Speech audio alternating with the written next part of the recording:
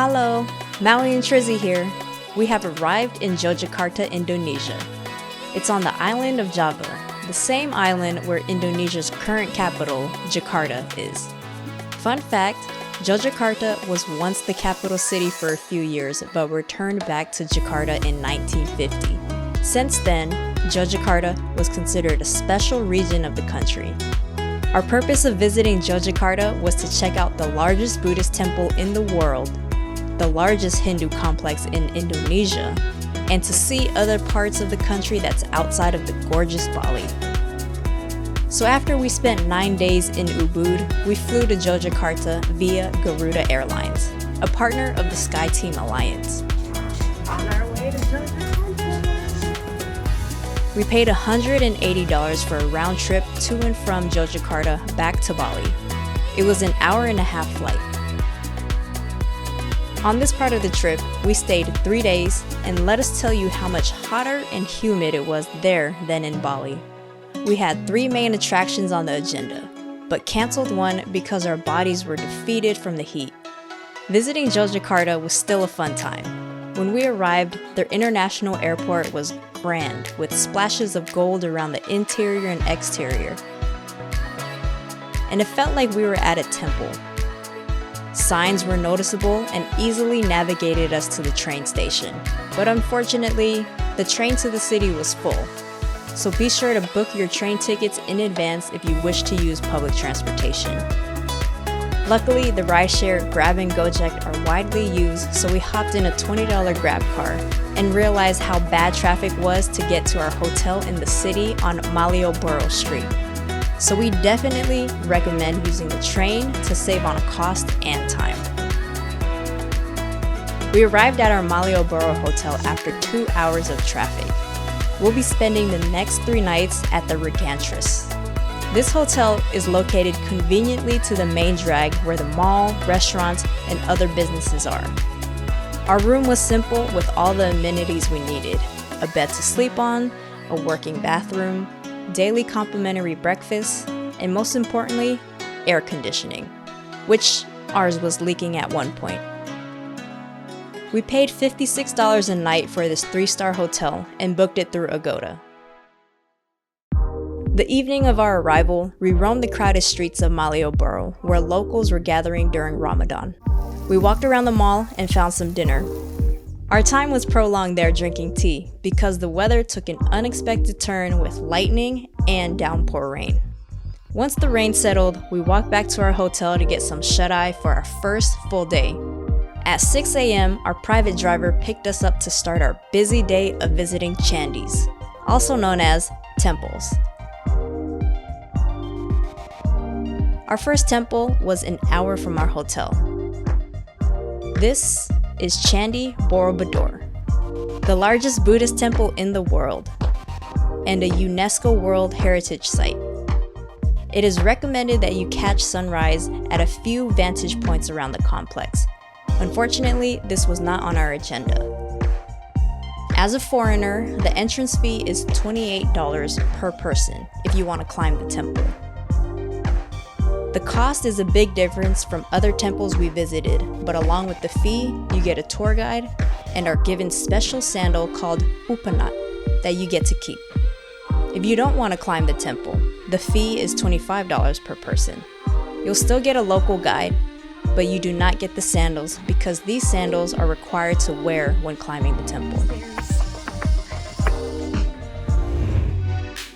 Upon entering, the staff coordinated our tour groups. The temple grounds do not have much shade, so prepare accordingly. We had our mini fans handy. As we got closer, we were told to switch our shoes to the upanat sandals. The lower zone of the temple carries stories depicted through detailed carvings on the wall.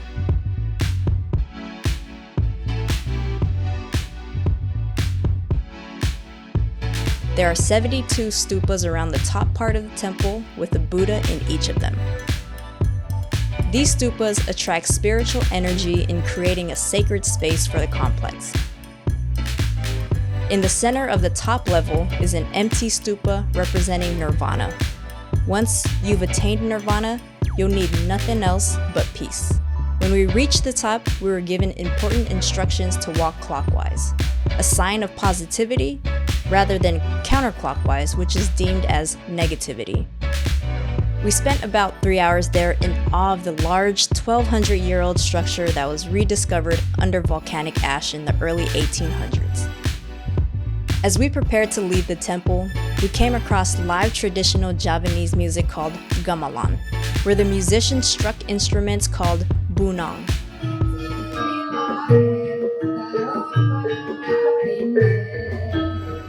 It was an endless maze of vendors upon exiting the main grounds of Borobudur. Thank you. No, thank you. We left to grab a quick snack at Janji Hati Coffee and Kitchen. We tried a drink we've never heard of, a Klepon Latte. By itself, Klepon is a pandan sweet rice cake dessert. With the side of fries to go, we prepared for our next stop. Candi Prambanan, another Buddhist temple, but a lot smaller than Borobudur. This is one of 3 temples that creates a geological straight line in which Pawon settles in the middle. The reasoning for this straight line is a significant ritual still unknown, but is part of achieving nirvana. Pawon was a short 10 minutes away from Borobudur. The entrance fee was 3,500 rupiah, less than 25 cents per person. It also covers the entrance of Mendut Temple, which we'll visit afterwards. Pawon doesn't house any Buddha statues, but the carvings on the exterior structure shows those that have attained enlightenment. This temple is said to be the final stop before attaining nirvana at the top of the Borobudur. Before leaving Pawon, we saw some classic cars. If we had known it could have been rented to cruise around Yogyakarta, we would have been styling our way through the city. The last of the 3 temples in this straight line is the Candi Mendut. This is where the initial stage of the path to nirvana starts. Even during current times on a full moon day during the month of May, people seeking this journey will participate in walking from Mendut to Pawon to the top of Borobudur. This day is known as Vasak. Out of the 3 Candis, this is the oldest with 3 significant Buddhas located in the temple that looks like the inside of a pyramid. The showings on the exterior symbolizes that this temple is a place of meditation and fertility, as couple would come here in hopes to start a family. On the perimeter is a sacred banyan tree, where we rush to get some shade and to swing from the strong, dangling branches. If you visit here, make sure to explore the other parts of what the Mendut village offers, like the Buddhist monastery. The scenery gives you a peaceful and tranquil experience with stone stupas set along a pond, gold Buddhas, brass Buddhas, and all sorts of Buddhas that have been gifted from different countries like Japan, Cambodia, Thailand, and others. Between Borobudur, Pawon, and Mendut, we spent about 5 hours. Our next stop would be our last temple of the day, but it'll take us an hour to get to. On the way over, our driver made a quick stop to pick up a fruit native to Java, salak, also known as snake fruit. So far, we've been visiting Buddhist temples, but our final adventure of the day was to Indonesia's largest Hindu temple, Candi Prambanan. This is the 2nd largest Hindu temple in Southeast Asia. Angkor Wat in Cambodia takes the crown. Entrance is $25 to get in Prambanan. What we did was buy a combo package at Borobudur to skip the line at Prambanan. In total, it was $53 to visit both large temples. This is the price for foreigners.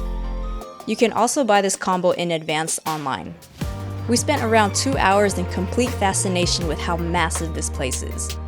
You're able to go in and out of the many bundles of temples within the complex. As with other tourist attractions, the afternoon crowds were bustling here.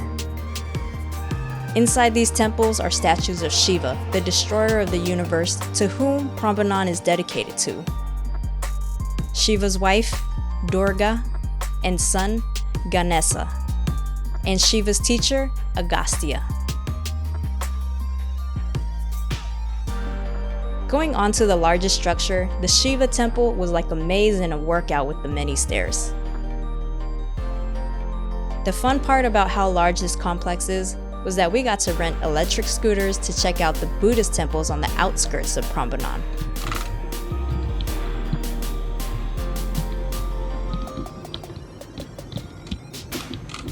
Candi Sewu, which was the furthest one from the Prambanan Temple, was our main stop as we cruised past Candi Lumbung and Candi Bubra. Sewu is the second largest Buddhist complex in Indonesia. The details of this temple implies a connection with the country India.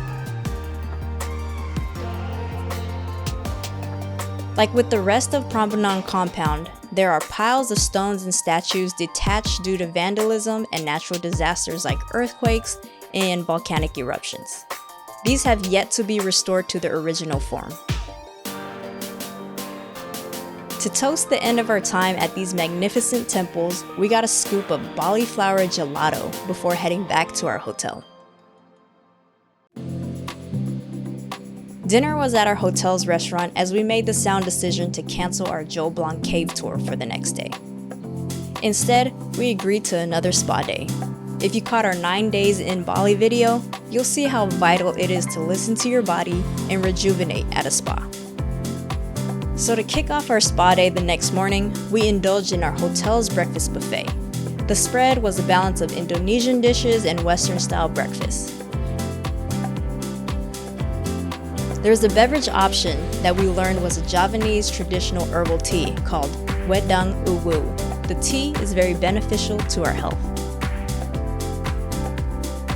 We ordered a Grab scooter each to get us to the spa and made it a competition. Whose driver would get us to the spa first? It was a nice way to go around Yogyakarta and see the town outside of the busy Malioboro.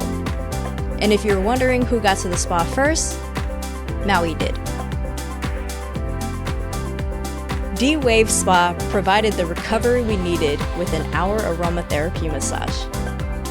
Back on the Grab scooter we went as we raced back to town feeling a bit more relaxed and ready to end our last night in Yogyakarta eating dinner, drinking boba, and listening to live music at the mall.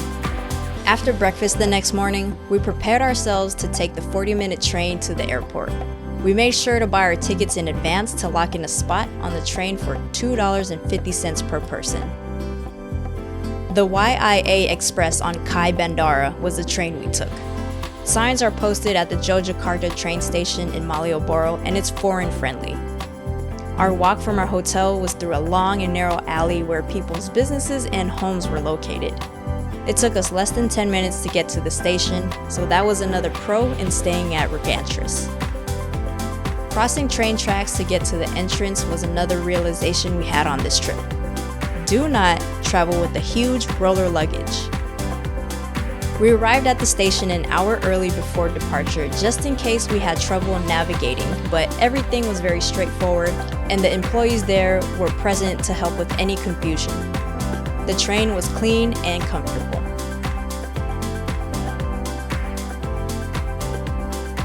Our time in Yogyakarta was short but felt long due to the heat. Also, because it's not as big of a touristy city as Bali, there was more of a language barrier with the locals. But the kindness of the people remained welcoming as they were patient with us trying to communicate our sentences. By the way, did we mention how much we love the Yogyakarta airport? We grabbed a snack before we headed back to Bali to cruise over to the island of Nusa Penida for 2 nights. Thank you for watching Maui and Trizzy and seeing how we explored around Yogyakarta for 3 days. Don't forget to subscribe and get notified for more of our past, present, and future adventures. Matur nuwun. Oh gosh. Bumpy.